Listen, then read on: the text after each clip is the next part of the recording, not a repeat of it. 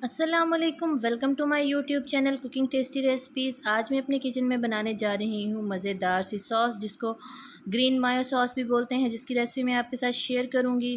Channel को subscribe करो, like करो और शेयर करो, कमेंट करो। तो सॉस बनाने के लिए सबसे पहले मैं ले लूँगी, थोड़ा सा है मेरे पास सब्ज़ धनिया और उसके साथ ही मेरे पास है फ्रेश पुदीना। इन सब चीज़ों को मैंने धो लिया था और इसके बाद यहाँ पर है मेरे पास 3 अदद सब्ज़ मिर्च, जिनको मैंने कट कर लिया था, मेरे पास बड़े साइज़ की थी। इन सब चीज़ों को मैं 2 टेबलस्पून के करीब ऐड करूँगी दही डाल के इनको अच्छे से ग्राइंड कर लूँगी।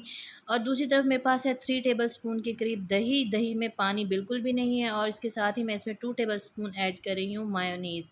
तो आपने जितनी क्वांटिटी रखनी हो उसी के मुताबिक ही आप इसमें मिक्सचर ऐड करें। मिक्सचर को मैंने अच्छे से ग्राइंड कर लिया था बिल्कुल बारीक, उसमें भी मैंने पानी ऐड नहीं किया था। इन सब चीज़ों को मायोनीज़ और दही में ऐड करके मैं अच्छे से मिक्स कर लूँगी। तो ये देखिए मज़ेदार सा जो मेरा रायता है वो रेडी है।